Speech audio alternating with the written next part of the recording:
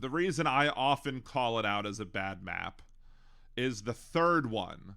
If you can see, I don't know if you can see my mouse, but this one right here, the 1949 to 1967 map. See, after 1948, after the what many people have different names for it, for what happened in 1948. But in 1947, you had the UN partition plan, which created two states. You have the state of Israel that was created and the state of Palestine that was created as a compromise deal. The Jewish people, Israeli people had to give up things. The Palestinian people, Arab people had to give up things. Everybody gave up things in this compromise. But the Arab nations around Israel did not like this compromise and went to war. And they attacked Israel. Israel fought back. And after, as you can see with the UN plan versus what was left, the area that is Gaza was much smaller than that area that was left to them from the plan, and the area up north, more area up north was kept by Israel than the original plan, and the West Bank of the Jordan River was also much smaller. But what's a lie here is the green area is called Palestine. That's not true. That is a falsehood. Why is this a falsehood? Well, after 1948, Jordan took over the West Bank and Egypt took over Gaza. They didn't give this land to the Palestinian people. They didn't give this land to the Palestinian people at all. They allowed the Palestinian people to continue to be refugees in these lands whilst they controlled the land. The Arab nations were more than happy to allow the Palestinian people to be refugees, to not be treated as, equals in their own society. They could have just absorbed them in, but no, they just kept them as refugees. They used the Palestinian people as political pawns in their constant state of war against the state of Israel. Palestinian people were used by the other Arab nations as political pawns. What happened in 67? Six-Day War, where they screwed up completely, and then Israel took the West Bank and Gaza. But the lie is Israel took the West Bank and Gaza from the Palestinian people. That is not true. The West Bank and Gaza were taken from the Palestinian people from Jordan and Egypt, respectively. Israel took the West Bank from Jordan. Israel took Gaza from Egypt. That's how it went down. That's why this map here is the lie. Now, I don't know what else this website says about this being a lie, but that's why I'm saying that this map is a lie. I'm not even going to bother reading the rest of it, because the point is that this is one of my biggest beefs about some of the discussions about the Arab-Israeli conflict or about the Arab-Israeli conflict overall. Not just the Palestinian and Israeli issues, but the overall Arab-Israeli conflict, because nobody puts enough responsibility on the plight of the Palestinian people on the Jordanians, on the Jordanian government, and on the Egyptian government. Because the Jordanian government made the decision to take over the West Bank and not just give it to the Palestinian people and allow them to have their own state. The Egyptian government made the decision to take the Gaza Strip away from the Palestinian people and keep it for themselves and not give it to the Palestinian people.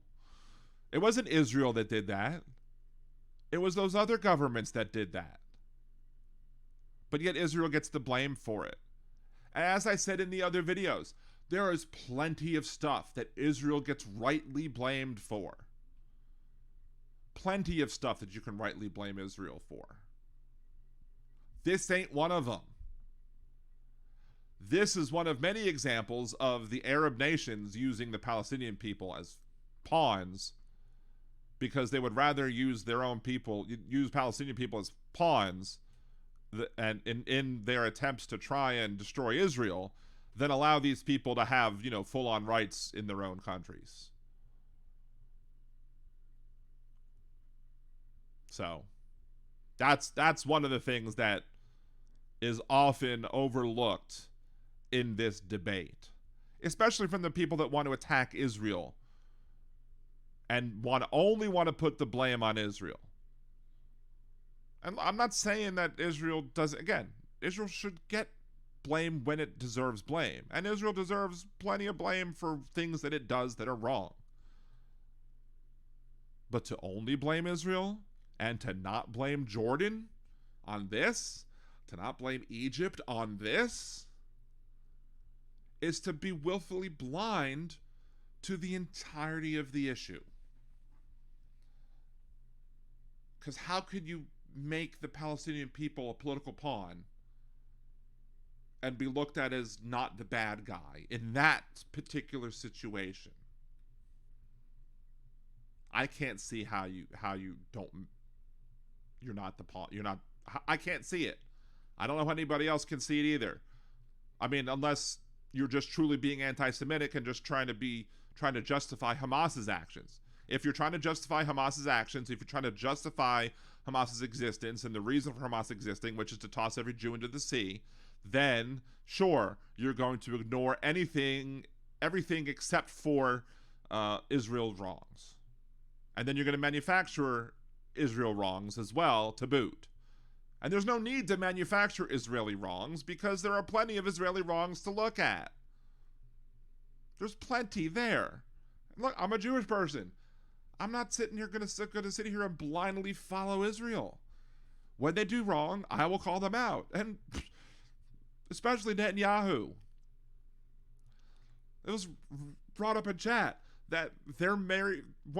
If you want to go back to my suggested conspiracy theory, that it's possible that if Netanyahu knew that an attack was potentially coming and he let it come, it would be better for him politically to allow the attack to come and then respond to the attack because that makes him look stronger.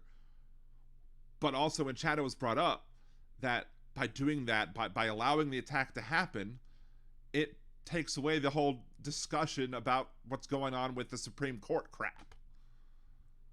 And his attempts to take away power from the Supreme Court and, to shield himself from, criminal liability in the investigations going on about him and his dealings.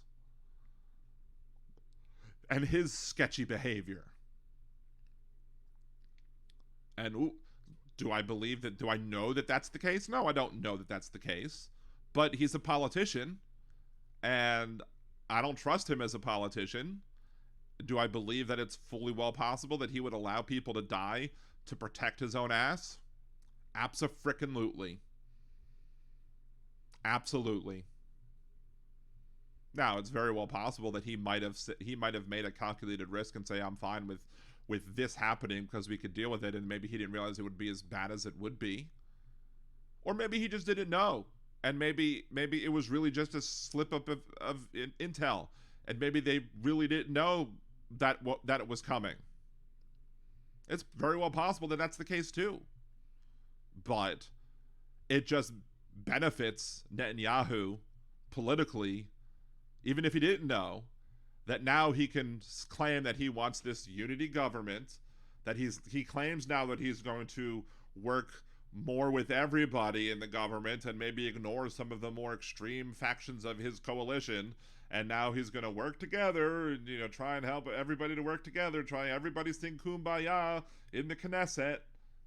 Yeah, okay, I don't believe you, Netanyahu, because you've given us no reason for us to believe you.